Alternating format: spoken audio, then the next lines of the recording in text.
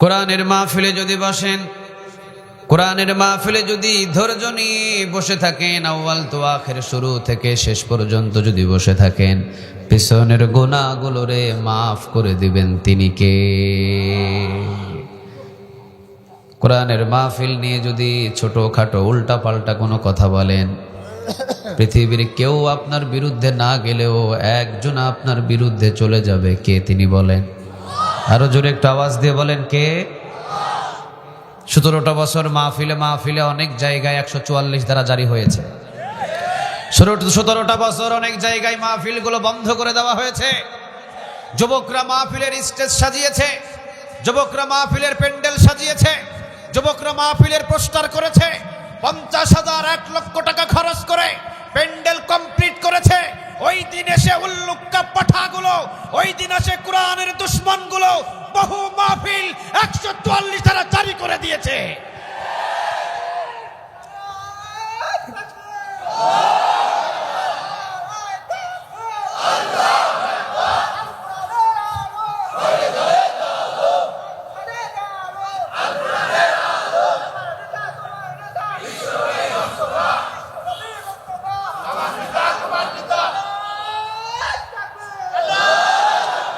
আল্লাহ তুমি কবুল করো, আরো জোরে বলেন আমিন। কিন্তু যারা মাহফিল বন্ধ করেছিল, 144 ধারা জারি করেছিল, আছে কি বাংলাদেশে? আছে কি বাংলাদেশে? জুলুম চিরস্থায়ী, জুলুমই করতে পারে না, কারণ জুলুমদেরকে ধূলিসাৎ করার জন্য একজন আছেন আমাদের, তিনি কে? আরো জোরে বলতে হবে তিনি কে? বহু জায়গায় দেখেছি কোরআনের মাহফিল করার জন্য এই টেবিলে ওই টেবিলে ওই টেবিলে ওই টেবিলে ঘোরাঘুরি করতে হয়। আল্লাহ বলেছেন জমিন আমার, আমার জমিনের ভিতর আমার কোরআনের কথা চলবে। পৃথিবীর মানুষ যদি সেখানে অনুমতি দিতে চায়, বুঝতে হবে সে আমার বান্দা নয়, সে আমার বান্দাদের দুশমন। ঠিক না বেঠে?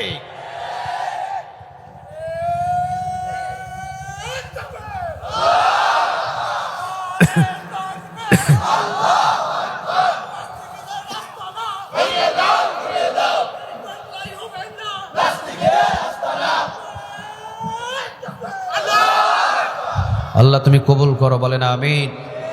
কোরআন পৃথিবীর কারো কিতাব নয়, কোরআন কিতাবটা কার? আরো জোরে একটু বলতে হবে কার? কোরআন আপনার কিতাব নয়, কোরআন আমার কিতাব নয়, কোরআন একজনের দিকে তাকিয়ে আছে। আওয়াজ দিয়ে বলেন তিনি কে? চট্টগ্রামের এক ঘটনা, কোরআনের এক মাহফিলে ছোট করে দেখেছে।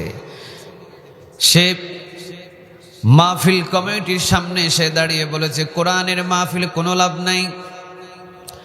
সে বলেছে, কোরআন আমি মানি না, কোরআন আমার পছন্দ হয় না, কোরআনের মাহফিলও আমার পছন্দ হয় না।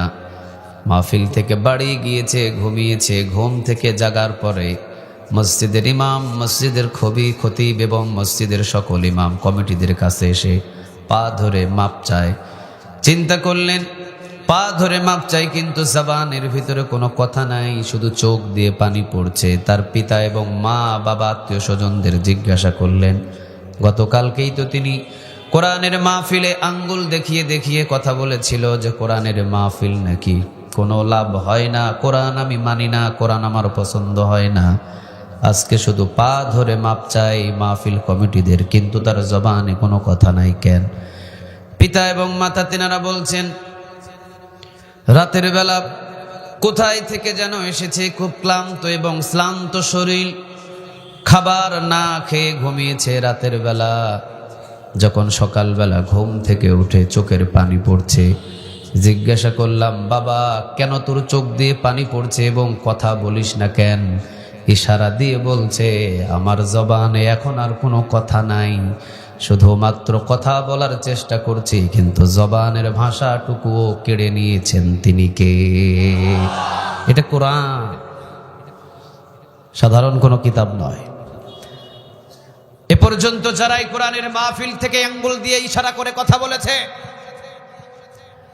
এ পর্যন্ত যারাই কোরআনের মাহফিলটাকে ভৎসতা দিয়েছে, এ পর্যন্ত যারাই কোরআনের মাহফিলটাকে ছোট করেছে, এ পর্যন্ত যারাই কোরআনের মাহফিলগুলোকে বন্ধ করে দিয়েছে, এ পর্যন্ত যারাই কোরআনের মাহফিলগুলোকে অনুমতি দেওয়ার চেষ্টা করেছে, বাংলার জমিনের দিকে তাকিয়ে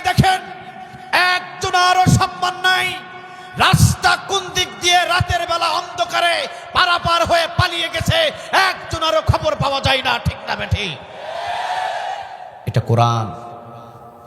এর উপরে যদি আঘাত আনেন, এ আপনার কাছে বিচার দেয় না, ও আমার কাছে বিচার দেয় না, ও একজনের দিকে তাকিয়ে আছেন। কে তিনি? আরো জোরে আওয়াজ দিয়ে বলেন, কে? আজকে কোরআনের জবান বন্ধ। কথা বলতে পারে? কথা বলেন না কেন? কথা বলতে পারে না। আজকে কোরআন কথা বলতে পারে না, কোরআনের জবান আজকে বন্ধ। যখন আপনি মৃত্যুবরণ করবেন, সেই দিনই আপনার মাথার পাশে কোরআনটাকে দাঁড় করায় দিবেন। তিনি কে?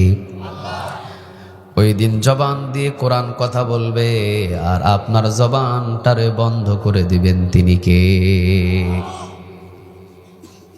ইকরাউল কোরআন ফাইন্নাহু ইয়াতি শাফিআল লিআসহাবিহি ইয়াউমাল কিয়ামাহ। কিয়ামতের দিন কোরআন সুপারিশ করে বহু মানুষদেরকে জান্নাতের দিকে টেনে নিয়ে যাবে। যারা কোরআন তেলাওয়াত করেছে, কোরআন পড়েছে, কোরআনের আন্দোলন করেছে, কোরআনের জন্য নিজের ঘরে ঘুমাই নাই, কোরআনের জন্য হামলা খেয়েছে, মামলা খেয়েছে, এমনকি ফাঁসির রশি এই কোরআনের জন্য গলায় পড়েছে। আসতে বলেন ঠিক? এ পাবনা শহর তো সেই শহর যে শহরের ভিতরে কোরআনের জন্য জীবন্ত লাশ, জীবন্ত শহীদগুলো এই কোরআনের জন্য রাস্তায় রাস্তায় শুয়ে আছে, পাড়ায় পাড়ায় শুয়ে আছে, গ্রামে গ্রামে শুয়ে আছে। পাবনার মাটি তো সেই মাটি, পাবনার মাটি কোরআনের ঘাঁটি, গ্রামে গ্রামে কোরআনের কর্মী। আলহামদুলিল্লাহ বলবেন না? তা আপনাদের ঠিক এত আসতে হয় কেন? 17টা বছর পর্যন্ত কথা বলতে পারেন নাই, কথা বলার সময় তো এখন। 17টা বছর কোরআনের বিরুদ্ধে কত নির্যাতন নিপীড়ন আমরা সহ্য করেছি, আর সুযোগ, কথা বলেন, আর সুযোগ নাই। এখনো কিছু কিছু জায়গায় আরো কিছু দলীয় লোক মাথা চাড়া দিয়ে কোরআনের মাহফিল বন্ধ করার জন্য উঠে পড়ে লেগেছে। সুযোগ দেওয়া হবে না ইনশাআল্লাহ। জমিন যার, আইন চলবে কার? আরো জোরে বলেন কার? ওই কথাটুকুই আমি সামনের দিকে আগাবো ইনশাআল্লাহ। তবে আমি বলছি, কোরআন আজকে নিশ্চুপ। কোরআন আপনার দিকে যদিও আজকে তাকিয়ে আছে, আর আপনি ঘুরছেন দোকানে দোকানে, কিয়ামতের ময়দানে কোরআন আপনাকে ছেড়ে দেবে। আরো জোরে বলেন, ছেড়ে দেবে। চট্টগ্রামের ইতিহাস কোরআনের মাহফিলটাকে ছোট করে এসেছে, কোরআনের মাহফিলটাকে ভৎসনা দিয়েছে। সে ইঙ্গিত করে বলেছে, কোরআন আমি মানি না, কোরআনের মাহফিল আমার কাছে ভালো লাগে না। রাতের বেলা ঘুমিয়েছে, সকালবেলা জবানে কোনো কথা নাই। এই জবানের কথাগুলো কেড়ে নিলেন তিনি কে? ইন্নামা আমরুহু ইযা আরাদা শাইআন আন ইয়াকুলা লাহু কুন ফায়াকুন।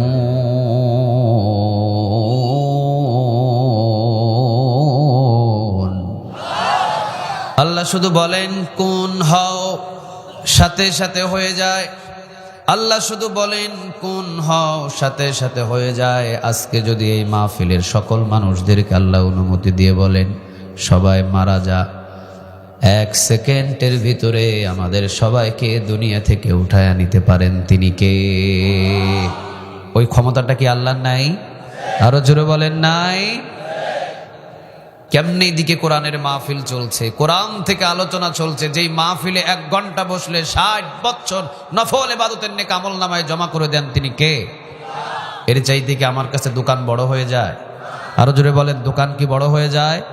অতএব যারা এই দোকানের ভিতরে বসেছেন, এখনো বলছি, দোকান থেকে সোজা কোরআনের মাহফিলে বসে যান, আরশ থেকে খুশি হয়ে যাবেন। তিনি কে? আরো জোরে বলেন, তিনি কে? আল্লাহ। চলেন আমরা কোরআন এবং হাদিস থেকে আলোচনা শুরু করি। জমিনের ভিতরে যারা আছি, যারাই কোরআনের মাহফিলের ভিতরে আমরা বসে আছি, সবাই আমরা গোলাম, পৃথিবীর কারো নয়, সবাই আমরা গোলাম। একজনার আওয়াজ দিয়ে বলেন তিনি কে? এই জন্য শুরুতেই বলেছিলাম, আসমান এবং জমিনের ভিতরে যারা আছে, আসমান এবং জমিনের ভিতরে যা কিছু আছে, সব কিছু গোলামি পৃথিবীর কেউ কারো করে না, সব কিছু গোলামি করে একজনের, তিনি কে?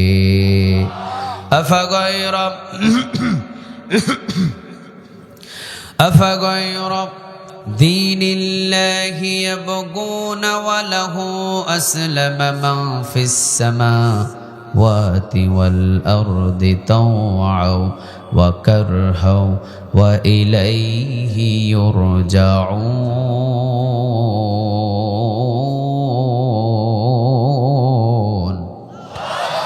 আল্লাহ রাব্বুল আলামিন বলছেন, আসমান এবং জমিনের মাঝখানে যা কিছু আমি আল্লাহ রাব্বুল আলামিন সৃষ্টি করেছি, আফাগায়রা দীনিল্লাহি ইয়াবগুনা ওয়া লাহু আসলামা মান ফিস সামাওয়াতি ওয়াল আরদি তাওআও ওয়া কারহাও ওয়া ইলাইহি ইউরজাউন।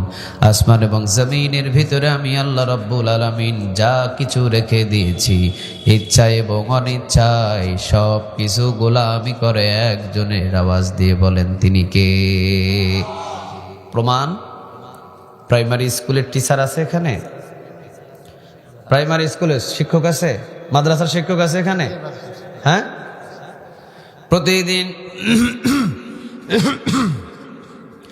প্রতিদিন তাকে ক্লাসে উপস্থিত হতে হয় 9টায়। কয়টায়? কথা বলেন, কয়টায়? 9টায়। প্রতিদিন তাকে ক্লাসের ভিতরে উপস্থিত হতে হবে 9টায়। প্রতিদিন 9টায় আসে, এক সপ্তাহের ভিতরে 6টা দিন আসে। প্রতিদিন 9টায় আসা তার পক্ষে সম্ভব নয়। কোনো দিন 9টা 10, কোনো দিন 9টা 15, কোনো দিন 9টা 20, কোনো দিন জাস্ট 9টা। প্রতিদিন কি সে 9টায় উপস্থিত হওয়া সম্ভব? কথা বলেন না কেন? প্রতিদিন সম্ভব? আচ্ছা বলেন, পূর্ব দিকে যেই সূর্যটা উদয় হয়, পশ্চিম দিকে অস্ত্র যায়, পূর্ব দিকে উঠে আর পশ্চিম দিকে যায়। পূর্ব দিকে উঠতে গিয়ে কোনো একদিন আধা ঘন্টা সূর্যটা দেরি করছে, আছে কোনো রিপোর্ট? 1 ঘন্টা দেরি করেছে, আছে কোনো রিপোর্ট? কোনোদিন উঠেই নাই। হয়েছে কোনোদিন এরকম?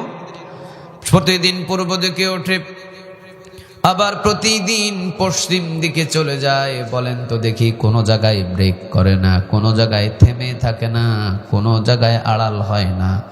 প্রতিদিন উঠে আর প্রতিদিন ডুবে, টাইম মতো উঠে টাইম মতো ডুবে। সূর্যটা হুকুম মানে এক মালিকের। আওয়াজ দিয়ে বলেন, তিনি কে? আরো একটু সহজ করে দিই।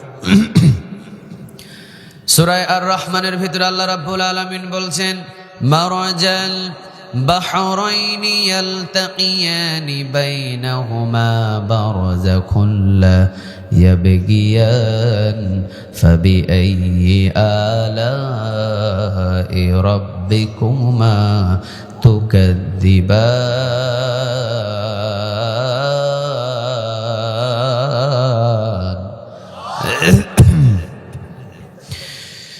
মারাজাল বাহরাইনি ইয়ালতাকিয়ানি বাইনাহুমা বারযাখুন লা ইয়াবগিয়ান।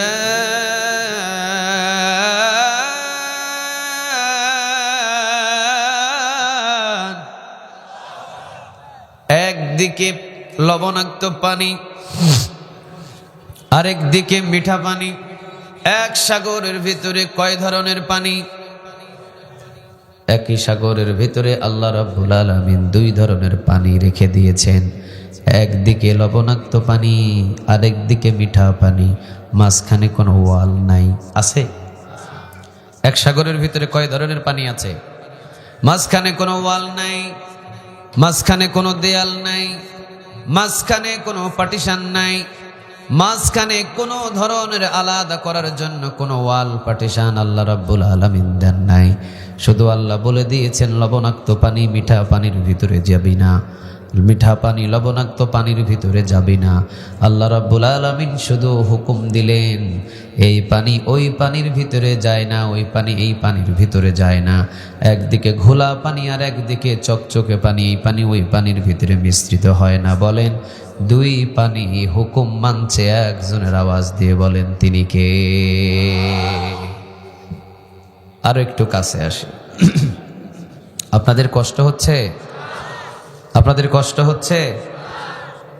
আল্লাহ বলে ডাক দেন তো দেখি, আল্লাহ। সবাই একটু জোরে বলেন আল্লাহ। আরো একটু জোরে বলেন আল্লাহ। একটু জিকির করেন লা ইলাহা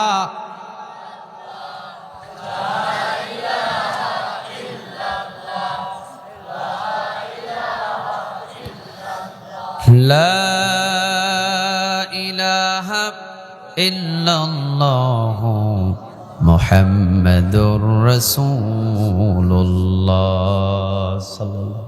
ঠিক আছে, একদিকে লবণাক্ত পানি আরেকদিকে মিঠা পানি, দুই পানি হুকুম মানলো কার? আরেকটা মিসাল দিয়ে আরো বুঝবেন সহজে। যেদিন আমরা জন্ম নিয়েছিলাম, সভাপতি সাহেব মাথায় চুল ছিল? যেদিন জন্ম নিয়েছিলাম মাথায় চুল ছিল?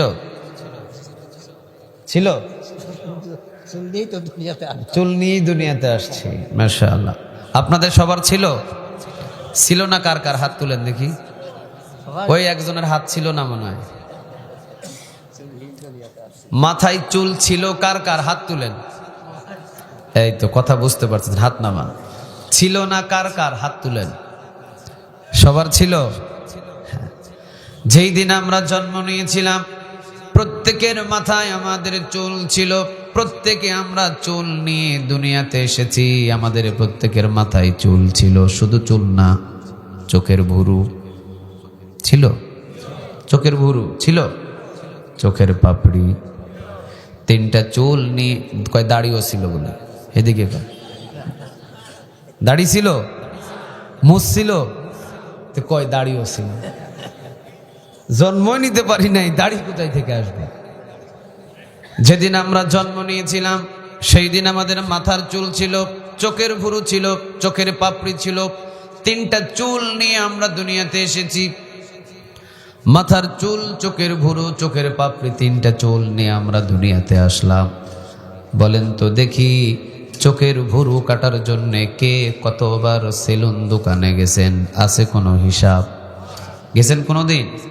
চোখের পাপড়ি কাটার জন্য কে কতবার কতদিন সেলুন দোকানে গেছেন? আছেন কোনো হিসাব? মাথার চুল কাটার জন্য কে কতবার সেলুন দোকানে গেলেন? একটা বার আমাকে কেউ হিসাব দিতে পারবেন? কারো কাছে আছে হিসাব? যে হুজুর 30 বছরে এতবার চুল কাটছি মাথার, আছে কারো হিসাব? একই দিনে নিয়ে আসলেন, একই দিনে মাথার চুল, চোখের ভুরু, চোখের পাপড়ি নিয়ে আসলেন। একই চামড়ার উপরে, রক্ত মাংস দিয়ে একই চামড়ার উপরে আছেন, কাছাকাছি চোখের ভুরু, চোখের পাপড়ি, মাথার চুল। আল্লাহ রাব্বুল আলামিন বললেন, মাথার চুল তুই বড় হবি। হুকুম মানা শুরু হলো মাথার চুলের, প্রতিনিয়ত বড় হতে থাকে। আল্লাহ রাব্বুল আলামিন বললেন, চোখের ভুরু, চোখের পাপড়ি তুই বড় হতে পারবি না। বড় হলো না, ওই ভাজে আছে, ওইভাবে আছে। বলেন তো দেখি, এই তিনটা চুল গোলামি করছে কার? সাগরের পানি সবাই আল্লাহর গোলামি করলো। মাথার চুল, চোখের ভুরু, চোখের পাপড়ি সবাই আল্লাহর গোলামি করলো। আসমানে যেই সূর্য উঠে, সূর্য পর্যন্ত আল্লাহর গোলামি করলো। চন্দ্র পর্যন্ত আল্লাহর গোলামি করলো। তারকারাজ পর্যন্ত আল্লাহর গোলামি করলো। এমনকি গাছপালা, জমিনে যা কিছু আছে সব কিছুই আল্লাহ রাব্বুল আলামিনের গোলামি করছে। সেটাই আল্লাহ বলছেন, আফাগায়রা দীনিল্লাহি ইয়াবগুনা ওয়া লাহু আসলামা মা ফিস সামাওয়াতি ওয়াল আরদি তাওআন ওয়া কারহা ওয়া ইলাইহি ইউরজাউন। আসমান এবং জমিনের ভিতরে যা কিছু আমি আল্লাহ রাব্বুল আলামিন সৃষ্টি করেছি সব কিছু আমি আল্লাহর গোলামি করে। মাথার চুল আল্লাহর গোলামি করে, চোখের ভুরু আল্লাহর গোলামি করে, চোখের পাপড়ি আল্লাহর গোলামি করে। পৃথিবীতে যা কিছু আছে সব কিছু আল্লাহর গোলামি করে। শুধু গোলামি করে না মানুষ। কয়েকজন কইছে ঠিক, শুধু গোলামি করে না। যেই প্রাণী, প্রাণীটার নাম কি? আরো জোরে একটু আওয়াজ দিয়ে বলেন, প্রাণীটার নাম কি? মানুষ। মানুষ, এই মানুষ আল্লাহর গোলামি থেকে দূরে আছে। এই মানুষকে গোলামি করার জন্য 30 পারা কোরআন নাজিল করেছেন। তিনি কে? এই মানুষকে গোলামি করার জন্য হাজার হাজার নবী রাসূল পাঠিয়েছেন, তিনি কে? এই মানুষকে গোলামি করার জন্য নবী রাসূল পাঠালেন, তিনি কে? এখন গোলামি করব কার? আরো জোরে বলতে হবে কার? আল্লাহ। আমরা সবাই গোলাম, আমরা যারা বসে আছি সবাই কি গোলাম? আমাদের মালিক কয়জন? কথা বলেন কয়জন? কুল পড়েন, কুল হুয়াল্লাহু আহাদ আল্লাহুস সামাদ লাম ইয়ালিদ ওয়া লাম ইউলাদ ওয়া লাম ইয়াকুল লাহু কুফুয়ান আহাদ। কথাটা কার? কুল হুয়াল্লাহু আহাদ, বলুন আল্লাহ এক, অদ্বিতীয়, আল্লাহুস সামাদ, তিনি অমুখাপেক্ষী, লাম ইয়ালিদ, তিনি কাউকে জন্ম দেন নাই, ওয়া লাম ইউলাদ, তাকেও কেউ জন্ম দেয় নাই, ওয়া লাম ইয়াকুল লাহু কুফুয়ান আহাদ, তার সমতুল্য আর কেউ নাই, তিনি একজন, তিনি হলেন কে? ভলিউমটা একটু বাড়ানো যায় না? একটু বাড়ায় দেন। হ্যাঁ, তিনি একক, তার সাথে কোনো শরীক নাই। এই জন্য আল্লাহ রাব্বুল আলামিন বলেছেন, আল্লাহু লা ইলাহা ইল্লা হুয়া আল হাইয়ুল কাইয়্যুম।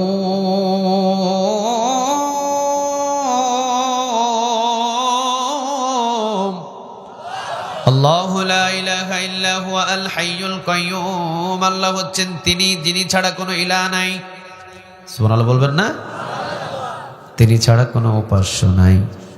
অথচ পৃথিবীতে দেখবেন যতগুলো ধর্ম আছে, ধর্মদের খোদাও আছে, খোদার স্ত্রীও। হিন্দু ভাইদের 33 কোটি দেবতা। কত? সবাই বলেন কত? হিন্দু ভাইদের 33 কোটি দেবতা। আমি চট্টগ্রাম থেকে, আমি যখন রাজশাহীর দিকে আসছিলাম এক কাজে, তখন এক হিন্দু ভাইয়ের সাথে দেখা, তাদের পূজা চলছে। বলছে, ভাই কোথায় যাচ্ছেন? আমি বলছি আমার দেশের বাড়িতে। ওকেও জিজ্ঞাসা করলাম, আপনি কই যান? কয় ওই যে আমাদের উৎসব। ওদের 12 মাস উৎসব লেগেই থাকে, তবে সবচেয়ে বড় উৎসবটা হলো দুর্গা পূজা। আমি তারে জিগাইলাম, ভাই আপনাদের দেবতার সংখ্যা কত? আমি জানি না। এতগুলো দেবতা, ও জানে না। আমি বললাম, ভাই আমার কাছ থেকে শুনেন, আপনাদের দেবতার সংখ্যা 33 কোটি। 33 কোটি দেবতা। আমি তখন তাকে বললাম, 33 কোটি দেবতার নাম জানেন? উনি বলেন না। এটা কেমনে সম্ভব? আচ্ছা 33 কোটি দেবতা আপনার নাম মুখস্থ করতে দিলে আপনি পারবেন? কথা বলেন, পারবেন? আমি বললাম, আচ্ছা আপনার কয়টা দেবতার নাম মনে আছে? ও বলল বেশি থেকে বেশি 17টা। আমি বললাম, এই 17টা দেবতার নাম মনে রাখছেন কেন? কয় একজনের কাছে শিক্ষা নেওয়ার জন্য যেতে হয়, আরেকজনের কাছে বিবাহের জন্য যেতে হয়, আরেক দেবতার কাছে বৃষ্টির পানির জন্য যেতে হয়, আরেকজনের কাছে আমাদের সংসারের সুখ শান্তির জন্য যেতে হয়, আবার আরেকজনের সাথে ঘরের লক্ষ্মী আনার জন্য যেতে হয়, আরেকজনের কাছে ফসলের বরকত আনার জন্য যেতে হয়। তা আমি চিন্তা করলাম যে এই দেবতার দরবারে দৌড়াইতে দৌড়াইতেই তো গোলামের পায়খানা ছুটে যাবে পিছন দিয়ে। আমরা সব কিছু চাই কয়জনের কাছে? একটা আওয়াজ দিয়ে বলতে হবে, কয়জনের কাছে? ছেলে চাবো, মেয়ে চাবো, সুন্দর বিবি চাবো, সংসারে শান্তি চাবো, আসমান থেকে বৃষ্টি চাবো, এমনকি সুস্থতা চাবো। পৃথিবীর শুরু থেকে শেষ পর্যন্ত যা কিছু প্রয়োজন সব কিছু একজন দিতে পারেন, তিনি হলেন আমার আল্লাহ। ঠিক না ঠিক? সবকিছু কয়জনের কাছে? আরো জোরে বলেন, কয়জন? একজন। কারো কাছে যাওয়ার কোনো দরকার নাই। আমি ওনাকে বললাম, দেখেন আমি প্রকাশ্যভাবে ইতিহাস থেকে বলছি না, আমি স্বনয়নে দুচক্ষে যেটা আমার দেখা। আমি যখন ঢাকাতে ছিলাম, ঢাকেশ্বরী একটা মন্দির আছে। মন্দিরের নাম কি? ঢাকেশ্বরী এক মন্দির। অসংখ্য দেবতা সেখানে রাখা আছে, অনেক বিশাল বড় একটা মন্দির। এই মন্দিরে লক্ষ লক্ষ টাকা অনুদান দেয়, জানেন এটা? লক্ষ লক্ষ, কোটি কোটি টাকা অনেক হিন্দু ভক্ত আছে এখানে দিয়ে দেয়।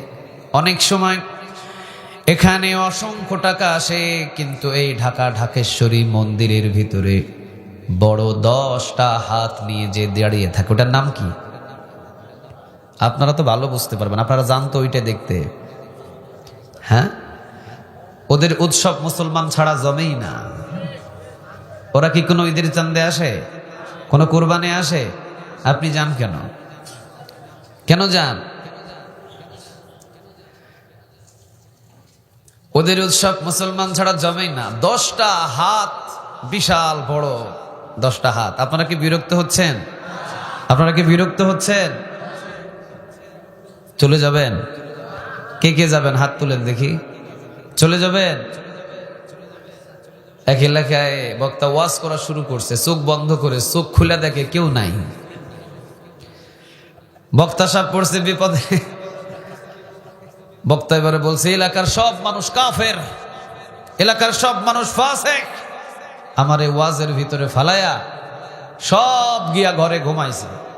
এলাকার সব মানুষ কাফের। বক্তা তো রাগান্বিত হয়ে, একজন দেখতেছে চেয়ারে বসে আছে। বক্তা বলতেছে, তোমার মতো ইমানদার ব্যক্তি এলাকায় একজনও নাই। ও বলতেছে, হুজুর আমি ইমানদার কিনা জানি না, আমি মাইকালা, আপনি মাইকও ছাড়েন না, আমি যাইতেও পারি না। তো এই জন্য আপনাদেরকে বলছি, আপনারা কেউ যাবেন না তো? কথা বলেন, ওয়াদা দেন, যাবেন না তো? আমরা গোলামি করব কার? আমরা গোলাম হয়ে বসে আছি একজনের দিকে তাকিয়ে, তিনি কে? আমরা জেনে শুনে এরপরে এখান থেকে একসাথে বিদায় নেব ঢাকা ঢাকেশ্বরী মন্দিরের ভিতরে 10 হাত। কয় হাত?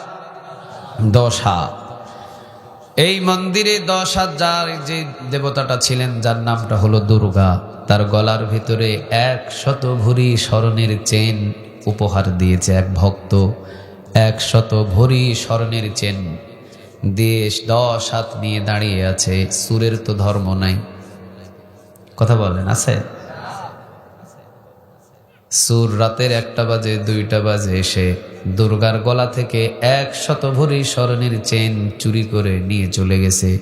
কিন্তু ঢাকা ঢাকেশ্বরী মন্দিরে এতগুলো দেবতা ছিল, একটা দেবতা টের পাই নাই কে নিছে।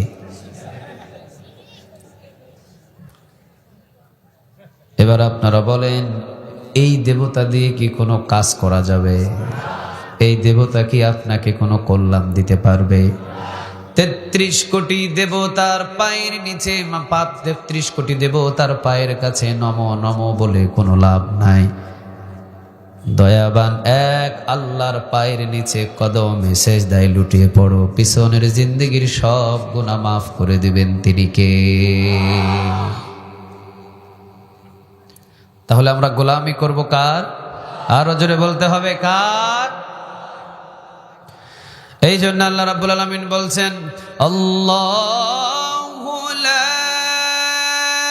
ইলাহা ইল্লা হুয়াল হাইয়ুল কাইয়্যুম।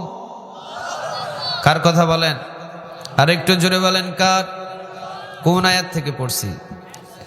মাশাআল্লাহ। এই আয়াতের নাম কি? আয়াতুল, কথা বলেন, আয়াতুল কুরসি। আল্লাহু লা ইলাহা ইল্লা হুয়াল হাইয়ুল কাইয়্যুম। আল্লাহ হচ্ছেন তিনি যিনি ছাড়া কোনো ইলাহ নাই, যিনি ছাড়া কোনো উপাস্য নাই, যিনি ছাড়া কোনো মাবুদ নাই। তিনি চিরঞ্জীব হাইয়ুল, তিনি চিরঞ্জীব কাইয়্যুম। চিরঞ্জীব চিরস্থায়ী, পৃথিবীর কেউ হয় না, একজন চিরঞ্জীব চিরস্থায়ী, তিনি কে? লা তাখুযুহু সিনাতু ওয়ালা নাওম। তার ঘুম নাই, তার তন্দ্রামি নাই। চিৎকার দিয়ে পড়েন আল্লাহু আকবার। লাহু মা ফিস সামাওয়াতি ওয়া মা ফিল আরদ। আসমান এবং জমিনের ভিতরে যা কিছু আছে সব কিছুর মালিক একজন, কে? তিনি।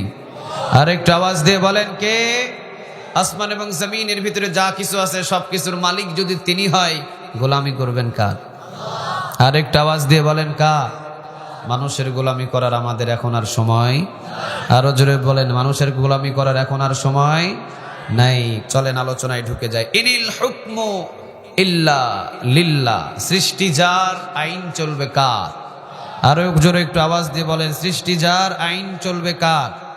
আল্লাহ। সৃষ্টি যার, আইন চলবে তার। যিনি জমিন বানিয়েছেন, এই জমিনের উপরে তিনি পারেন মানুষদেরকে আইন বানানোর জন্য। আর সকল আইনগুলো কোরআনের ভিতরে জমিনের আইনগুলো বাস্তবায়ন করার জন্য পাঠিয়ে দিয়েছেন তিনি কে? যারাই ক্ষমতায় যাক, অসুবিধা নাই। আমাদের কথা হলো বিএনপি ভাইরা ক্ষমতায় যাক, জাতীয় পার্টি ক্ষমতায় যাক, আর চরমোনাই ক্ষমতায় যায় যারাই যাক, আমাদের কথা হলো ইনিল হুকমু ইল্লা লিল্লাহ। সৃষ্টি যার, আইন চলবে তার। কোনো বাবার কথাই দেশের আইন চলতে পারে না, কোনো স্বামীর কথাই দেশের আইন চলতে পারে না। বাংলার জমিনের মানুষগুলো পৃথিবীর কোনো মানুষের আইন চাই না, আইন চাই একজনের। আওয়াজ দিয়ে বলেন তিনি কে? যেহেতু ইনিল হুকমু ইল্লা লিল্লাহ, সৃষ্টি যার, আইন চলবে কার? আরো জোরে বলতে হবে কার? অতএব আমাদের সাদা সিধা কথা, যাই ক্ষমতায় যাক, আমাদের কোনো অসুবিধা, কথা বলেন, আমাদের কোনো অসুবিধা। সৃষ্টি যার, আমরা আইন চাই কার? আল্লাহর। চলেন আমরা সূরা আত-তিন থেকে আলোচনার ভিতরে ঢুকে যাই। কষ্ট হচ্ছে আপনাদের? এই কোরআনের ভিতরে সূরা আছে কয়টা? 114টা। প্রথম নাম্বার সূরার নাম কি? সূরাতুল ফাতিহা। এক বর্ণনা এসেছে, রাসূল বলেন 30 পারা কোরআনে যা আছে সূরাতুল ফাতিহাতে আল্লাহ তা দিয়ে দিয়েছে। সূরাতুল ফাতিহার ভিতরে আবার যা আছে আল্লাহ রাব্বুল আলামিন শুধু বিসমিল্লাহর ভিতরে তা ঢুকিয়ে দিয়েছেন। তিনি কে? বিসমিল্লাহটা যদি আপনি ব্যাখ্যা করেন সূরাতুল ফাতিহা হয়ে যাবে। সূরাতুল ফাতিহা যদি আপনি ব্যাখ্যা করেন 30 পারা কোরআন হয়ে যাবে। 30 পারা কোরআন যদি আপনি সংকীর্ণ ছোট করেন সূরাতুল ফাতিহা হয়ে যাবে। সূরাতুল ফাতিহা যদি সংকীর্ণ করেন বিসমিল্লাহ হয়ে যাবে। বিসমিল্লাহ যদি আপনি সংকীর্ণ করতে করতে করতে করতে এক পর্যায়ে ছোট করেন, একজনের জাতি নাম হয়ে দাঁড়িয়ে যাবে। নামটা কার? কত সুন্দর, এক একটার সাথে এক একটা কানেকশন কে দিয়েছেন? সবাই বলেন কে? আল্লাহ। আলহামদুলিল্লাহি রাব্বিল আলামিন আর-রাহমানির রাহিম মালিকি ইয়াউমিদ্দিন।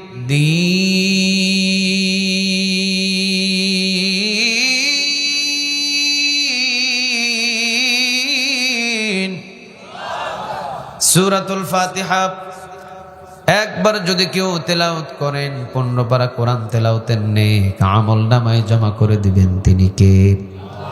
আরেক বর্ণনা এসেছে কোরআনের 15 পারা সূরাতুল ফাতিহার ভিতরে দিয়ে দিয়েছে। সুবহানাল্লাহ বলেন। অর্ধেক কোরআন সূরাতুল ফাতিহা। লা সালাতা ইল্লা বিফাতিহাতিল কিতাব। এমন কোন নামাজ নাই যে সূরাতুল ফাতিহা ছাড়া হতে পারে। সব নামাজেই সূরাতুল ফাতিহা লাগে। সূরাতুল ফাতিহার উপরে যদি শুধু বাংলাদেশের মানুষগুলো আমল করত, বহু আগে বাংলার জমিনে কোরআনের রাজ কায়েম হয়ে যেত। আসতে বলেন ঠিক, আওয়াজ দিয়ে বলেন ঠিক না ঠিক? সূরাতুল ফাতিহাতে কি বলে আমরা জানি না। সবাই পড়েন আলহামদুলিল্লাহি রাব্বিল। এরপর কি? এরপর কি? এরপরে কি? এরপর কি? ইহদিনাস সিরাতাল মুস্তাকিম। কি এটার অর্থ কি জানেন? হ্যাঁ, এই তো সুন্দরভাবে বলছে ইহদিনাস সিরাতাল মুস্তাকিম।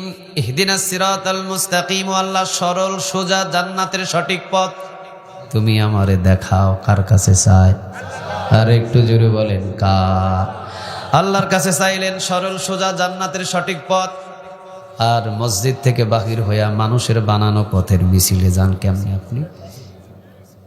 আপনার মতো বাটপাত তো পৃথিবীতে একটাও নাই। আপনি মসজিদে বললেন এক, মসজিদ থেকে বাহির হয়ে করতেছেন আরেক। আপনি তো বিশ্ব বাটপার। আপনি মসজিদের ভিতরে বললেন ইহদিনাস সিরাতাল মুস্তাকিম, আল্লাহ জান্নাতের সঠিক পথ তুমি আমাকে দেখাও। আল্লাহ জান্নাতের সঠিক পথে তুমি আমাকে চালাও। আপনার উচিত হলো মসজিদ থেকে বাহির হয়ে যেই মসজিদের ভিতরে জান্নাতের সঠিক পথে আল্লাহর কাছে চেয়েছিলেন, মসজিদ থেকে বাহির হয়ে ওই সঠিক পথে আপনার জীবনটাকে চালানো। ঠিক না ঠিক? অথচ আপনি মসজিদের ভিতরে বলছেন ইহদিনাস সিরাতাল মুস্তাকিম, আল্লাহ জান্নাতের সঠিক পথ তুমি আমাকে দেখাও। আল্লাহ যখন বলতেছেন বান্দা জান্নাতের সঠিক পথে মসজিদ থেকে বাহির হয়ে এই যে এইটা জান্নাতের সঠিক পথ, এই পথে চলো, আপনি বলতেছেন না এই পথে চললে আমার গাড়ির ভিতরে তেল পাওয়া যায় না, এই পথে চললে আমার টোস্ট বিস্কুট কেউ খাওয়ায় না, এই পথে চললে আমাকে ফ্রি চা কেউ খাওয়ায় না, এই পথে চললে আমার পকেট ভারী করা যায় না, এই পথে আমি চলতে পারবো না, এই পথে চললে বরং ইয়ানত দেওয়া লাগে। এই পথে চললে বরং জীবন দেওয়া লাগে। এই পথে চললে নিজের বিছানা ছেড়ে রাস্তায় রাস্তায় ঘুমাতে হয়। এই পথে চললে এমনকি 13টা বছর 2টা কম্বল দিয়ে জেলখানার ভিতরে জীবনটাকে শেষ করে দিতে হয়। এটা হলো সেই সরল পথ। এই পথে সব মানুষ চলতে পারে? আরো জোরে বলেন, সব মানুষ চলতে পারে? ইহদিনাস সিরাতাল মুস্তাকিম এমনে এমনে বলে নাই। 30 পারা কোরআনের ভিতরে যা আছে, সূরাতুল ফাতিহার ভিতরে তা আছে।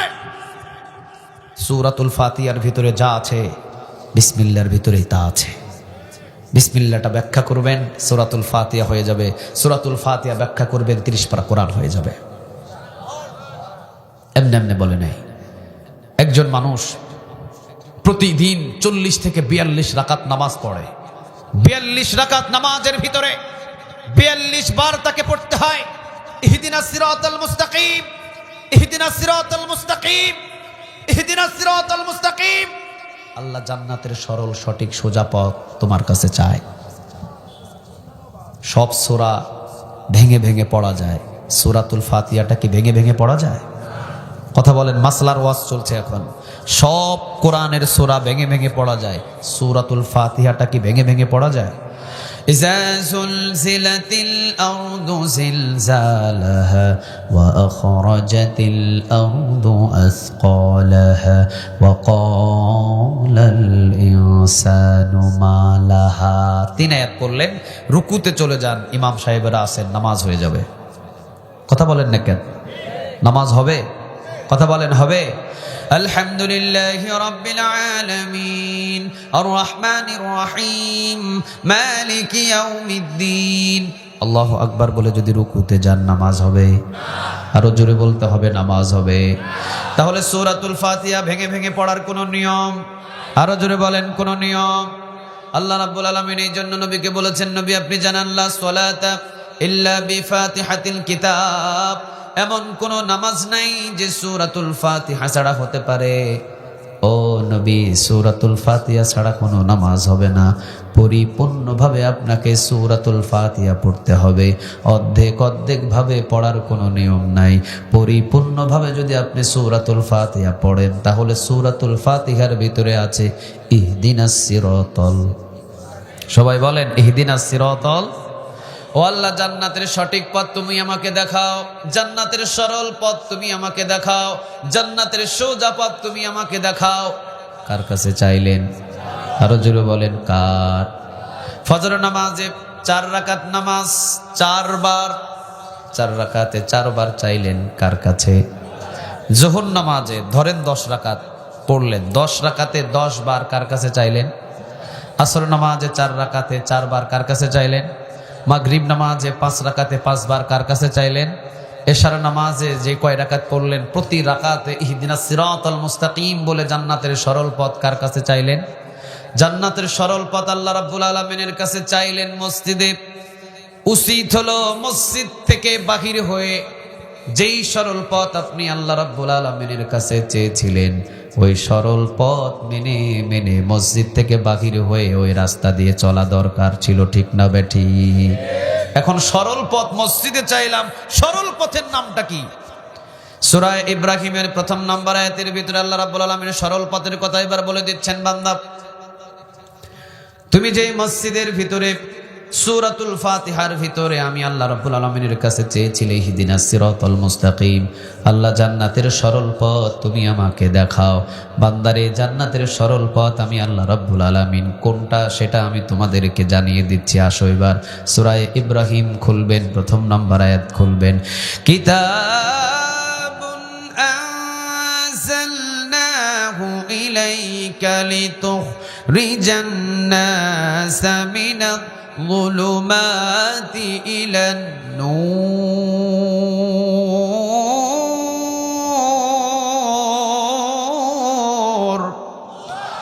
সবাই বলেন একটু আওয়াজ দিয়ে আল্লাহু আকবার। কোন বান্দা যদি আল্লাহু আকবার ইচ্ছাকৃতভাবে আল্লাহর বড়ত্ব ঘোষণা দেয়, নবী বলেন 2টা ওট সাদাকা করার নেক তার আমল নামায় জমা করে দেন। তিনি কে? কেউ যদি বলে সুবহানাল্লাহ, আসমান এবং জমিনের খালি জায়গা নেক দিয়ে পূরণ করে তার আমল নামায় জমা করে দেন, তিনি কে? এই জন্য পড়েন লা ইলাহা লা ইলাহা ইল্লাল্লাহু মুহাম্মাদুর রাসূলুল্লাহ সাল্লাল্লাহু। সূরা ইব্রাহিমের প্রথম নম্বর আয়াত, কিতাবুন আনজালনাহু ইলাইকা লিতুখরিজান নাস মিনাজ যুলুমাতি ইলান নূর। অন্ধকার থেকে মানুষদেরকে জান্নাতের সোজা পথ দেখানোর জন্য কোরআনটারে নাজিল করে দিয়েছেন, তিনি কে? জান্নাতের পথের নাম কি? কোরআন। পড়েন, জান্নাতের পথের নাম কি? কেউ যদি বলেন হাদিস রে বাদ দিলেন কেন? কোরআন এবং হাদিস জান্নাতের সঠিক পথ, এটাও সঠিক। যদি বলেন কোরআন জান্নাতের সঠিক পথ, এটাও সঠিক। কারণ কোরআনের ব্যাখ্যা কি? কথা বলেন, কোরআনের ব্যাখ্যা কি? হাদিস। কোরআন হলো জান্নাতের সঠিক পথ, এটা আমার কথা নয়, কথাটা কার? সূরা ইব্রাহিমের প্রথম নাম্বার আয়াতটা গিয়ে বাড়িতে খুলে দেখবেন, কিতাবুন আনজালনাহু ইলাইকা লিতুখরিজান নাস মিনাজ যুলুমাতি ইলান নূর। ও নবী, জান্নাতের সঠিক পথ দেখানোর জন্য, মানে অন্ধকার থেকে আলোর পথ দেখানোর জন্য কোরআনটারে নাজিল করে দিয়েছেন, তিনি কে? এখন আপনার উচিত হলো মসজিদের ভিতরে আপনি ৪২ বার বলেছিলেন ইহদিনাস সিরাতাল মুস্তাকিম, আল্লাহ রাব্বুল আলামিন জান্নাতের পথ আপনি আমাকে দেখান। এখন মসজিদ থেকে বাহির হয়ে কোরআন বুকের ভিতরে নিয়ে জমিনের ভিতরে কোরআনের পথেই চলা দরকার, ঠিক না বা ঠিক? কিন্তু না, বহু নামাজি আছে মসজিদ থেকে বাহির হয়ে মানুষের বানানো দলের দিক দিয়ে রওনা দেয়। বাপ যেই দল বানাইছে ওই দলের দিকে রওনা দেয়, স্বামী কিছু দল বানাইছে ওই দলের দিকে রওনা দেয়, আমার এরশাদ কাকু লাঙ্গলের দল বানাইছে ওই দলের দিকে রওনা দেয়। আসলে জান্নাতের পথের রাস্তার নাম কি? আর একটু জোরে বলেন, নামটা কি? উচিত ছিল মসজিদ থেকে বাহির হয়ে এই নামাজির জান্নাতের পথ কোরআনের পথে চলা। কিন্তু হ্যাঁ, কোরআনের পথে চলতে গেলে অনেক সময় আমির হামজার মতো কলিজা থাকবে না। কোরআনের পথে চলতে গেলে অনেক সময় বেলাল রাদিয়াল্লাহু তাআলা আনহুর মতো নির্যাতন সহ্য করতে হবে। কোরআনের পথে চলতে গেলে অনেক সময় খাব্বাবের মতো কোমরটা জ্বালানো হবে, খুবাইবের মতো জীবন দিতে হবে। এই জন্য অনেকেই কোরআনের পথে চলতে চায় না, আর যারা চলে তারাই প্রকৃতপক্ষে গোলাম টাকা। আরো জোরে আওয়াজ দিয়ে বলেন, যারা সঠিক পথে চলে তারা গোলাম টাকা। আর গোলামি করার জন্যই আমাদেরকে দুনিয়াতে পাঠিয়েছেন, তিনি কে? এই জন্য আল্লাহ রাব্বুল আলামিন বলছেন, বান্দারে মসজিদের ভিতরে চাইলা তুমি সরল রাস্তা, মসজিদ থেকে বাহির হয়ে তুমি আবার মানুষের বানানো পথের দিকে কেন রওনা দিলা? বোঝা যায় তুমি আমায় আল্লাহ রাব্বুল আলামিনের কাছে ধোঁকামি করছো। ধোঁকামি বন্ধ করে দাও, এখনো সময় আছে। আসো কোরআনের ভিতরে, কোরআনটা জান্নাতের সঠিক পথ ধরে ধরে রওনা দিয়ে দাও। গোলাম হিসাবে কবুল করে নিবেন, আওয়াজ দিয়ে বলেন, তিনি কে? আল্লাহ রাব্বুল আলামিন এই কথাগুলো সূরা আত-তিনের ভিতরে এবার তুলে ধরছেন। ওয়াত-তিনি ওয়াজ-যাইতুন।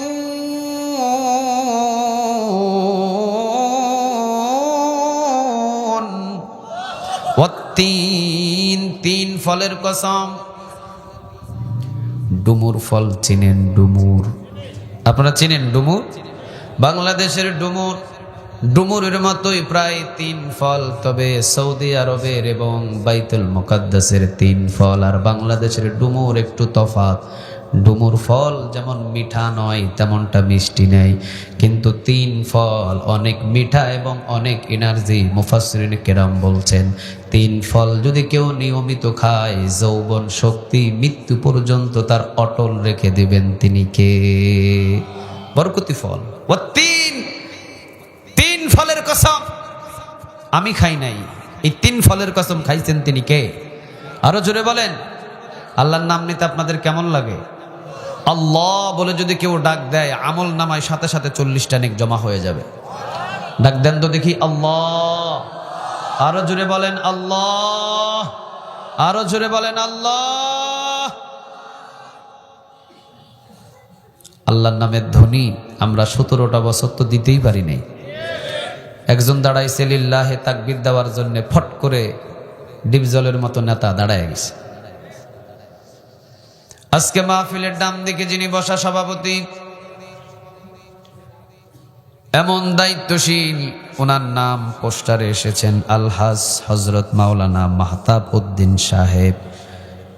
আজ থেকে 17 বছর আগে যদি আলহাজ হজরত মাওলানা মাহতাব উদ্দিন সাহেবকে সভাপতি বানাতেন, আজকের এই মাহফিলে অন্তত ওনার নাম শুনে 4 গাড়ি পুলিশ হাজির হয়ে যাইত। কথাকে আমি ভুল বলেছি? মাহফিলে ডান দিকে বাম দিকে বসে থাকতো, শুরু থেকে শেষ আউয়াল তো আখের পর্যন্ত ডানে বামে বক্তার বসে থাকতো। ওয়াজ শোনার জন্য নয়, আসতো শুধুমাত্র হুজুর কোনোভাবে দেশ নিয়ে কোনো কথা কয় কিনা। যদি কয় তো মাহফিলি বন্ধ করে দিব, ঠিক না বেঠিক? আচ্ছা বলেন তো দেখি, হুজুর তো পৃথিবীর কারো কথা বলার জন্য মাহফিলে আসে না। হুজুর একটা কিতাব থেকে কথা বলে, কথা বলেন কিতাবের নাম কোরআনের বাহিরে কোন হুজুর কথা বলে? আরো জোরে বলেন, কথা বলে? কাফেরের বিরুদ্ধে কথা বলেন কে? মুনাফিকের বিরুদ্ধে কথা বলেন কে? আচ্ছা হুজুরের দোষ কোথায়? ও হুজুর নরম বলে। আর হুজুরের উপরে যদি কেউ জালিয়াতি করে, জুলুমি করে, সাথে সাথে অ্যাকশনও নেবেন তিনি কে? কারণ হুজুর তো হুজুর পৃথিবীর কারো গোলামি করছে না, হুজুর গোলামি করছে কার? হুজুরের নাম যদি শুনতো মাহতাব উদ্দিন সাহেব, তো ওনার এই নাম শুনে 4 গাড়ি পুলিশ হাজির হয়ে যাইত। আল্লাহু আকবারের ধ্বনি দিবে, এইটার জন্য অনুমতি নেওয়া লাগতো। নেতা সাহেব বললে আল্লাহর ধ্বনি দিতে হতো, নেতা সাহেব না বললে আল্লাহু আকবারের ধ্বনি দেওয়ার কোনো সুযোগ ছিল? সবকিছু পরিবর্তন করলেন তিনি কে? আরো জোরে বলেন, তিনি কে? তাহলে এখন আল্লাহু আকবার বা আল্লাহর নাম নিতে অসুবিধা কি হয়? আল্লাহ রাব্বুল আলামিন বলছেন তিন ফলের কসম, বড় বরকতি ফল। এত বরকতি ফল আপনি অবাক হয়ে যাবেন। যদি মৃত্যু পর্যন্ত প্রতিনিয়ত 3 ফল আপনি খেতে পারেন, আপনার যৌবন শক্তি মৃত্যু পর্যন্ত ধরে রাখবেন তিনি কে? বরকতি ফল। ওয়াজাইতুন, জৈতুন ফলের কসম। 2 কসম হলো, তিন ফলের কসম, ওয়াজাইতুন, জৈতুন ফলের কসম। জলপাই চিনেন? কথা বলেন, জলপাই চিনেন? রাসূল বলতেন জৈতুন খাও, জৈতুনের তেল খাও, জৈতুনের তেল মালিশ করো, জৈতুনের তেল চুলে লাগাও, মাথায় লাগাও, পরিপূর্ণভাবে আপনাকে সুস্থ রাখবেন তিনি কে? চুল পেকে যায়, জৈতুনের তেল লাগান, চুল অটোমেটিক পাকা বন্ধ হয়ে যাবে। সুবহানাল্লাহ বলেন। রাসূলের 63 বছর বয়সে প্রায় 17টা অথবা 21টা অথবা হতে পারে 19টা চুল, কয়েকটা বর্ণনা এসেছেন হয়তোবা 17টা অথবা 19টা অথবা 21টা, এইরকম কয়েকটা চুল মাত্র পাকছিলেন। বাকি সব চুল কালো ছিলেন নবীর চুল এবং দাড়ি মিলায়া। কারণ নবী কোনো সরিষা তেল, নারকেলের তেল অথবা কোনো ধরনের কোনো তেল ব্যবহার করতেন না। তিনি জাইতুনের তেল খাইতেন, জাইতুনের তেল শরীরে মালিশ করতেন, এমনকি সমস্ত মাথা এবং চুলে জাইতুনের তেল তিনি ব্যবহার করতেন। সুবহানাল্লাহ বলেন। দামি বরকতি ফল, আল্লাহ সেই বরকতি ফলের কসম খাইলেন, ও জৈতুন, জৈতুন ফলের কসম। এবার 3 নম্বরে কসম খাচ্ছেন, ও তুর সিনিন, তুর পর্বতের কসম। তুর পর্বত, যেখানে মুসা আলাইহিস সালাম তুর পর্বতে একজনের সাথে কথা বলতেন, তিনি কে? ও তুর সিনিন, তুর পর্বতের কসম। মুসা আলাইহিস সালাম, আল্লাহ রাব্বুল আলামিন তাকে ডাকছেন, মুসা সামনে আগাও, সামনে আগালেন। মুসা ডানে যাও, ডানে গেলেন। মুসা এবার সামনে আগাও, আবার সামনে আগালেন। এবার মুসা আলাইহিস সালামকে বললেন, মুসা বামের দিকে ঢুকো, বামের দিকে ঢুকলেন। ডানে বামে সামনে ডাকতে ডাকতে ডাকতে ডাকতে আল্লাহ সুবহানাহু ওয়া তাআলা মুসা আলাইহিস সালামকে তুর পর্বতে উঠায় নিলেন। কিন্তু যখন পা রাখবেন, আল্লাহ বললেন জুতা খোলো। কি খোলো? কথা বলেন, কি খোলো? জুতা খোলো। মুসা আলাইহিস সালাম আল্লাহ রাব্বুল আলামিনের হুকুম মতো পায়ের জুতা খুলে নিলেন। কারণ হুকুম তো পৃথিবীর কেউ দেয় নাই, হুকুমটা দিয়েছেন তিনি কে? আল্লাহ বললেন জুতা খুলো, জুতা খুললেন। জুতা খুলে সামনে আগালেন। তুর পর্বত থেকে ওহী সমস্ত কথাগুলো মুসা আলাইহিস সালামের কাছে পৌঁছালেন, তিনি কে? এটা কি বরকতি পাহাড় নয়? যেখানে আল্লাহ সুবহানাহু ওয়া তাআলার ওহী নাজিল হয়, এই জায়গাটা কি কম দামি হতে পারে? কথা বলেন, কম দামি হতে পারে? ওয়া তুর সিনিন, তুর পর্বতের কসম, যেখানে মূসা আলাইহিস সালাম উঠতে গেলে আল্লাহ রাব্বুল আলামিন বলেন, জুতা খোলো মূসা, জুতা খোলার পরে তুমি তুর পর্বতে উঠো। এই বরকতপূর্ণ পবিত্রপূর্ণ তুর পর্বতের কসম খাইছেন তিনি কে?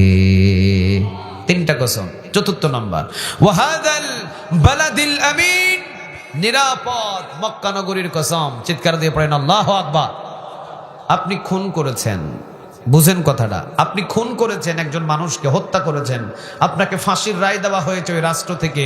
আপনি যদি কোনোভাবে কাবার চত্বরের হেরামের ভিতরে ঢুকে যান, আপনি যদি সেখানে 5 বছর ওই হেরামের ভিতরে থাকেন, আপনাকে বাহির করার পৃথিবীর কারো ক্ষমতা, কথা বলেন, কোনো ক্ষমতা? কারণ ওয়াহাদাল বালাদিল আমিন, মক্কা নগরী এবং মক্কার চত্বরটাকে, হুদুদ হারামটাকে নিরাপদ দিয়েছেন তিনি কে? বাহির করতে পারবে না কেউ। 10 বছরের জেল আপনার, আপনি শুধু হুদুদ হারামের ভিতরে প্রবেশ করেছেন, আপনাকে আর বাহির করার কারো ক্ষমতা নেই।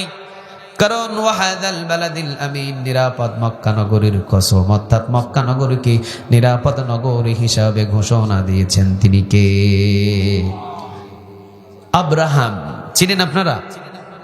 আব্রাহাম আপনাদের ওই পাবনা শহরের ওই পাশে বাড়ি। হ্যাঁ, কি ছিল? হস্তি বাহিনী নিয়ে কাবা ঘর ভাঙার জন্য রওনা দিয়েছিল, আর ওকে ধ্বংস করার জন্য আল্লাহ সুবহানাহু ওয়া তাআলা 50,000 সৈন্য পাঠাইছিল না? হ্যাঁ, কি পাঠাইছিল? কথা বলেন, কি পাঠাইছিল? এই মক্কা নগরীটারে হেফাজত রাখেন কে? তিনি বলেন, আরো জোরে আওয়াজ দিয়ে বলেন, তিনি কে? এখনো পর্যন্ত যদি পৃথিবীর কোন সৈন্যবাহিনী ওই কাবা ঘর ভাঙার জন্য যায়, ঘরটা তো পৃথিবীর কারো নয়, ঘরটা তো আল্লাহর। ওই ঘরটারে হেফাজতের দায়িত্ব রেখে দিয়েছেন তিনি কে? হস্তি বাহিনীরে ধ্বংস করে দিলেন। আলাম তারা কাইফা ফাআলা রাব্বুকা বিআসহাবিল ফিলি আলাম ইয়াজআল কাইদাহুম ফি তাদলিল ওয়া আরসালা আলাইহিম তয়রান আবাবিল। তয়রান আবাবিল, যে আবাবিল পাখি দ্বারা সব হস্তি বাহিনীদেরকে ধ্বংস করলেন। এমন ভাবে ধ্বংস করলেন আল্লাহ রাব্বুল আলামিন, যারা কাবা ঘরটাকে ভাঙার জন্য এসেছিলেন, আল্লাহ রাব্বুল আলামিন ছোট ছোট পাখি দিয়ে তাদেরকে ধ্বংস করলেন। মুফাসসিরিনে কেরাম বলছেন, একটা ছাগল ঘাস খায়, খাওয়ার পরে সে পেটের ভিতরে ঢুকায়, পেটের ভিতরে ঢুকানোর পরে দ্বিতীয়বার দেখবেন আবার ঘাসটাকে কি করে? বাহির করে। ওইটারে কি বলে? জাবর কাটে। কি বলে হুজুর? জাবর কাটে। এই যে জাবর কাটার পরে এই ঘাসগুলোর যে পরিস্থিতি হয়, আবাবিল পাখি দ্বারায় শাস্তি দিয়ে হস্তি বাহিনীদেরকে এইরকম চিবায়া যেরকম ছেঁচড়া হয়ে যায়, যে জাবর কাটার পরে ঘাসের যে পরিস্থিতি হয়, এই হস্তি বাহিনীদেরকে এই পরিস্থিতি করে দিয়েছিলেন তিনি কে? ওই আল্লাহ এখন আর নাই? না, ওই আল্লাহ এখন আর নাই। এখনো আছে, বুড়া হয়ে গেছে, শক্তি কমে গেছে, এখনো পর্যন্ত আল্লাহ রাব্বুল আলামিন আছে।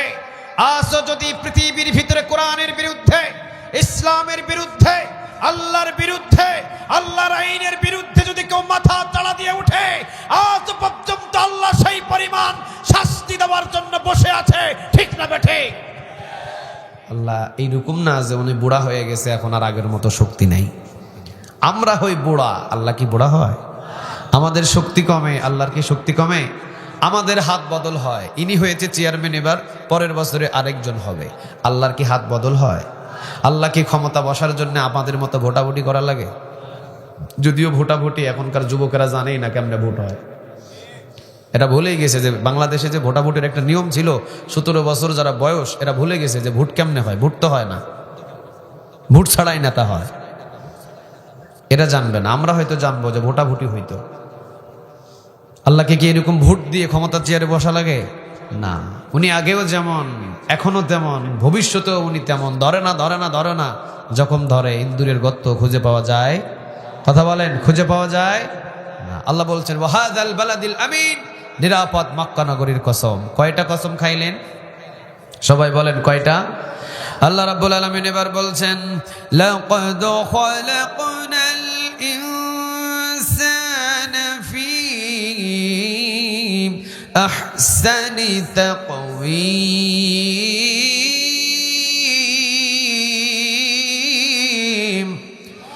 لقد خلقنا الإنسان في أحسن تقويم সবচাইতে অবয়ব গঠন দিয়ে সুরত দিয়ে সুন্দর করে নিজ হাতে মানুষদেরকে বানাইছেন তিনি কে?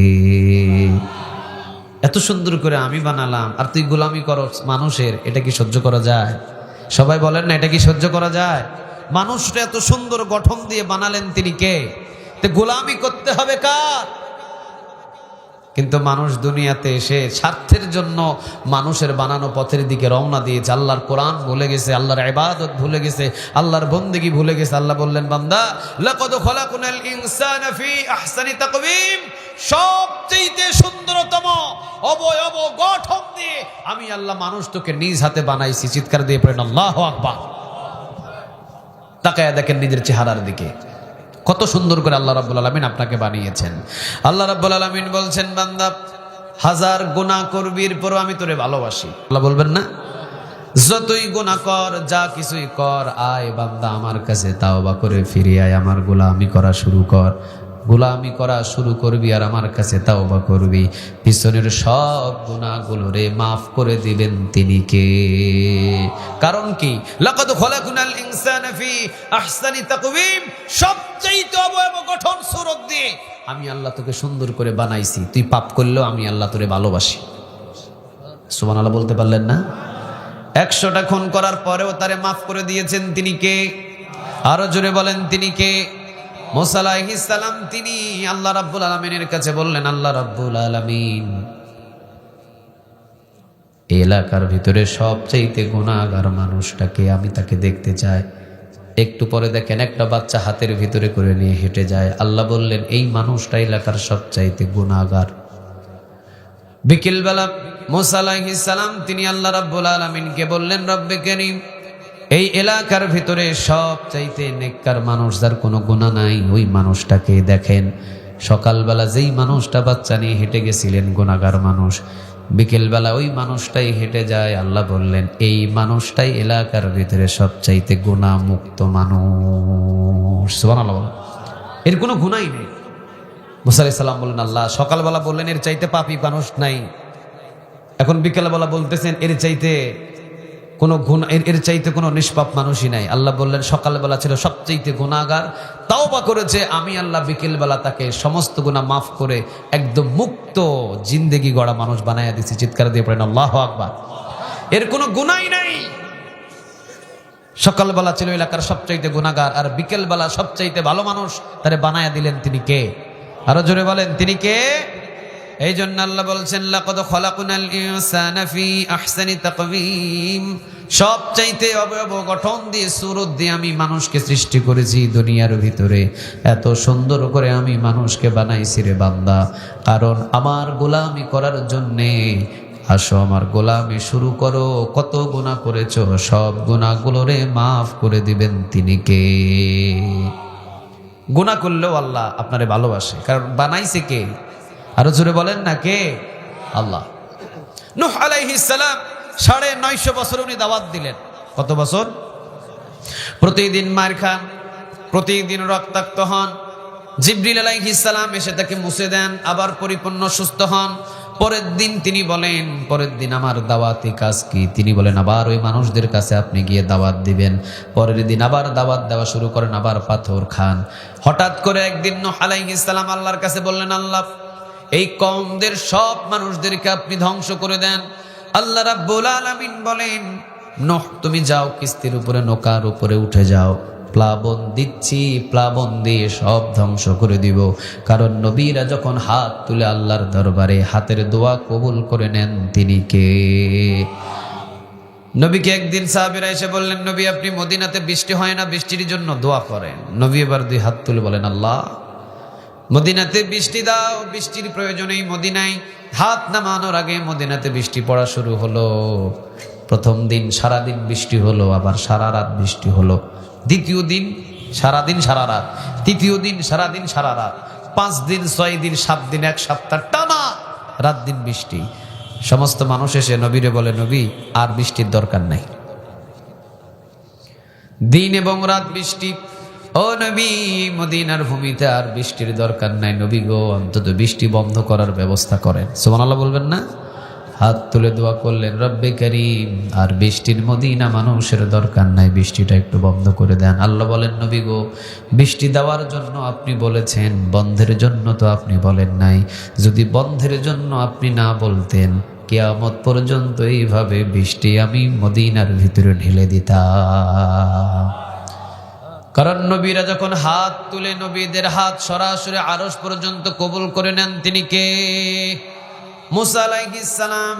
তাকে একজন তার উম্মত বললেন, মুসা আলাইহিস সালাম, তুমি আল্লাহকে একটু তোমার রবকে বলে দিও, আমি ওই আল্লাহর উপরে ঈমান এনেছি, আল্লাহ যেন আমাকে শান্তি দেয়। কি দেয়? কথা বলেন, কি দেয়? শান্তি দেয়। মুসা আলাইহিস সালাম গেলেন তুর পর্বতে, আল্লাহ রাব্বুল আলামিনের সাথে কথা বললেন। আসার সময় তিনি বললেন, রব্বে কারীম, আমার একজন উম্মত, তিনি আপনার কাছে শান্তি চেয়েছেন, আপনি কি তাকে একটু শান্তি দিবেন? আল্লাহ বললেন, যাও মুসা, যাও, তোমার হাতের কথা, তুমি হাত তুলে যেহেতু তার জন্য দোয়া করেছো, যাও, আমি আল্লাহ রাব্বুল আলামিন তোমার এই উম্মতকে শান্তি দিয়ে দিলাম। মুসা আলাইহিস সালাম খুশি হয়েছেন, দৌড় দিয়ে যে শান্তি পাওয়া যেই উম্মত, ওই উম্মতের বাড়িতে রওনা দিয়েছেন তার কাছে খবর পৌঁছায় দেওয়ার জন্যে। আল্লাহ রাব্বুল আলামিন তাকে যে শান্তি দিবেন এই কথাটা পৌঁছায় দেওয়ার জন্যে দৌড় দিয়ে এসেছেন। বাড়ির দরজায় ঢুকে দেখেন, যার শান্তির জন্য দোয়া করেছেন তিনি লাশ হয়ে পড়ে আছে, দুনিয়া থেকে বিদায় নিয়েছে, ইন্তেকাল করেছে।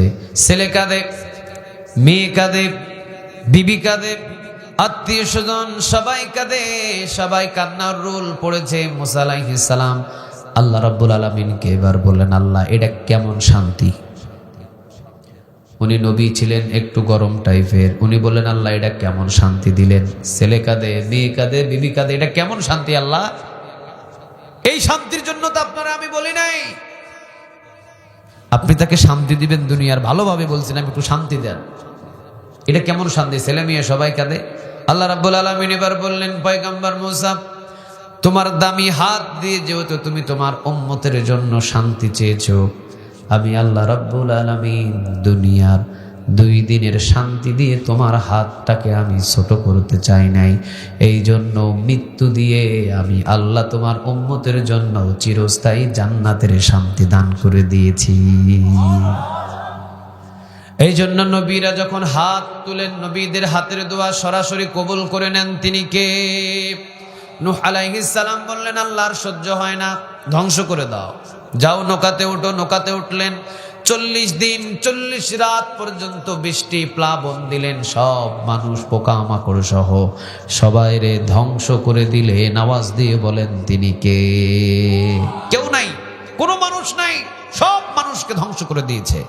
নূহ আলাইহিস সালামকে আল্লাহ বললেন, জ্যোতি পাহাড়ের নৌকা যখন লাগলো, নামো, নৌকা থেকে নামো। নৌকা থেকে নামলেন, বসে আছেন। আল্লাহ সুবহানাহু ওয়া তাআলা নূহ আলাইহিস সালামকে ডেকে বললেন, নূহ, এবার তুমি কাজ কাম তো না, এবার হাঁড়ি পাতিল একটু বানাও। কি বানাও? কথা বলেন না কেন? কি বানাও? হাঁড়ি পাতিল আপনাদের এলাকায় কারা বানায়? কারা বানায়? কুমার। হাঁড়ি পাতিল বানাও। নূহ আলাইহিস সালাম তিনি এবার হাঁড়ি পাতিল বানানো শুরু করলেন। রোদেতে গিয়ে শুকান, বৃষ্টি হলে আবার ঘরের ভিতরে নিয়ে যান, বানাতে বানাতে বানাতে বানাতে 3 মাস 4 মাস 5 মাস হাঁড়ি পাতিলই শুধু বানালেন।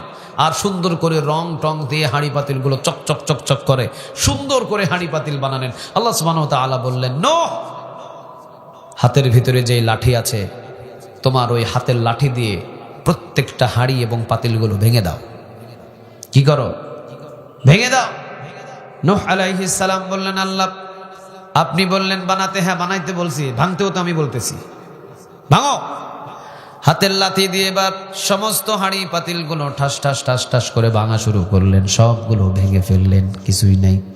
হাঁড়ি পাতিলগুলো ভাঙার পরে চুপ হয়ে মনটা খারাপ করে বসে আছে।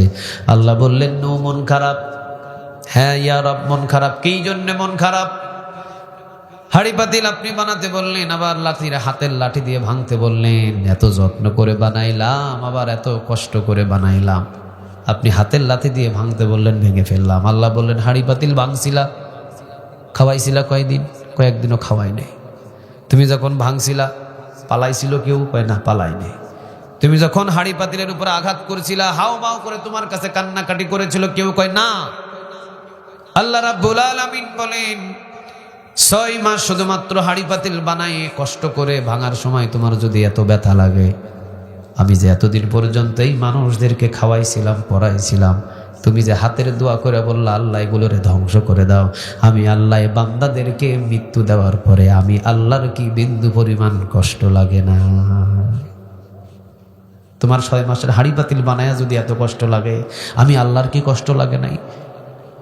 1 বছর 2 বছর 3 বছর 50 বছর 80 বছরও যদি সে হিন্দু থাকে, খ্রিস্টান থাকে, বৌদ্ধ থাকে, মৃত্যুর আগ মুহূর্তে যদি সে জবান থেকে লা ইলাহা ইল্লাল্লাহু মুহাম্মাদুর রাসূলুল্লাহ পড়ে, আমি আল্লাহ তার পিছনের সব গুনাহ মাফ করে দেব। আমি তারে নিজ হাতে বানাইছি, আমি তারে ভালোবাসি, সে যত গুনাহ করুক আমি তারে ভালোবাসি। সুবহানাল্লাহ বলেন। এত সুন্দর করে বানালেন, 24 বছর 50 বছর গুনাহ করলেন, মৃত্যুর আগে যদি তাওবা করেন আল্লাহ বলে আমি তোকে মাফ করে দিলাম, যা। সুবহানাল্লাহ বলবেন না? এই জন্য আল্লাহ রাব্বুল আলামিন বলছেন লাকাদ খালাকনাল ইনসানা ফি আহসানি তাকওয়িম, সবচেয়ে সুন্দর গঠন দিয়ে, অবয়ব সুরত দিয়ে আমি আল্লাহ রাব্বুল আলামিন তোমাদেরকে বানিয়েছি। তবে মনে রেখে দিও সুম্মা রাদাদনাহু আসফালা সাফিলিন, আবার এই সৌন্দর্য চেহারা দিনের পর দিন তোমার আস্তে আস্তে নিচ থেকে নিচে নামায়া দিবেন। তিনি কে? আমাদের হুজুর 25 বছর বয়সে যে এরকম জওয়ানকাল যৌবনকাল ছিলেন, এখনো কি সেই রকমই আছে? কথা বলেন, আছে? আচ্ছা, দিনের পর দিন ওনার এই চুলগুলোকে সাদা করলেন, তিনি কে?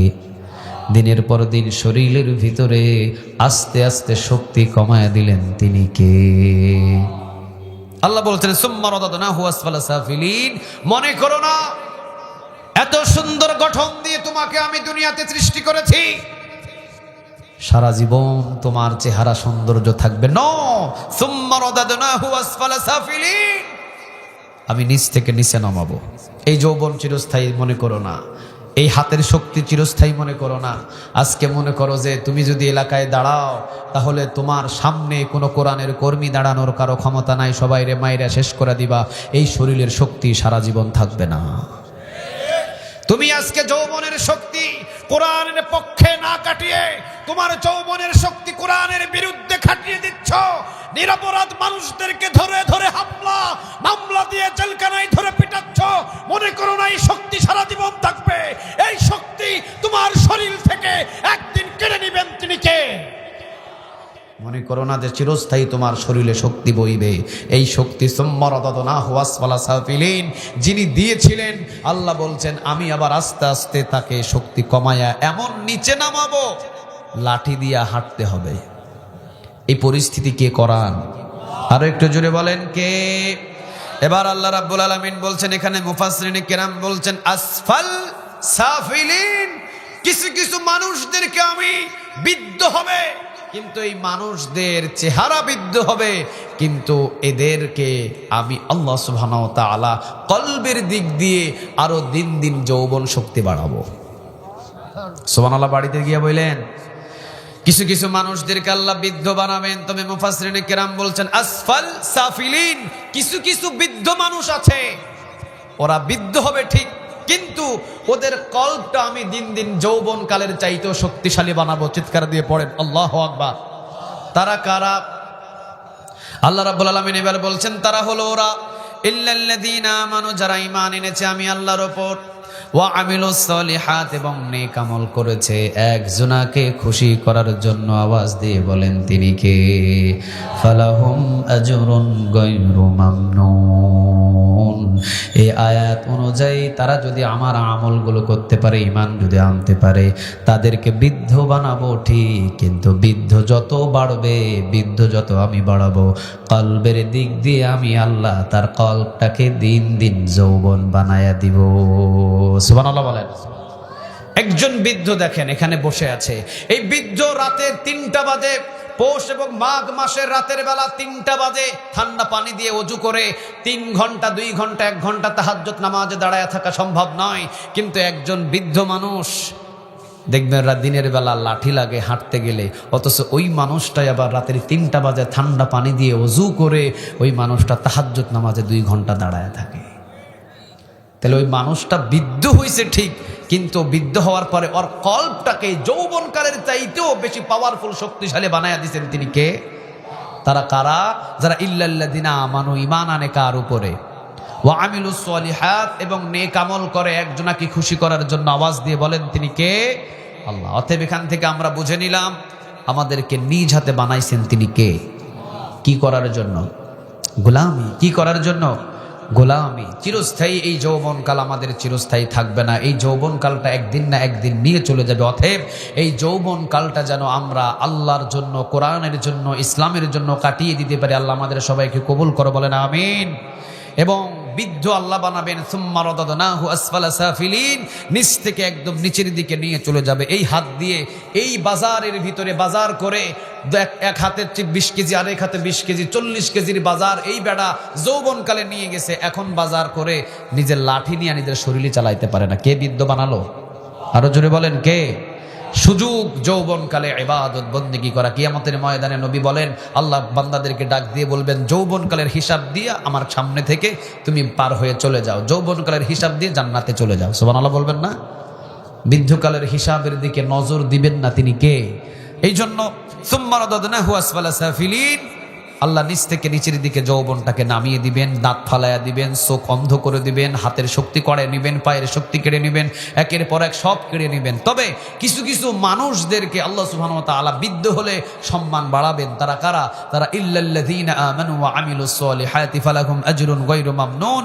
তারা হলো ওই ব্যক্তি যারা আল্লাহর উপরে ঈমান এনেছিল এবং নেক আমল করেছিল। যেমন এই যে আল্লাহর একজন খাস গোলাম, উনি বৃদ্ধ হয়েছে ঠিক, কিন্তু ওনার সম্মান বাড়ছে না কমছে?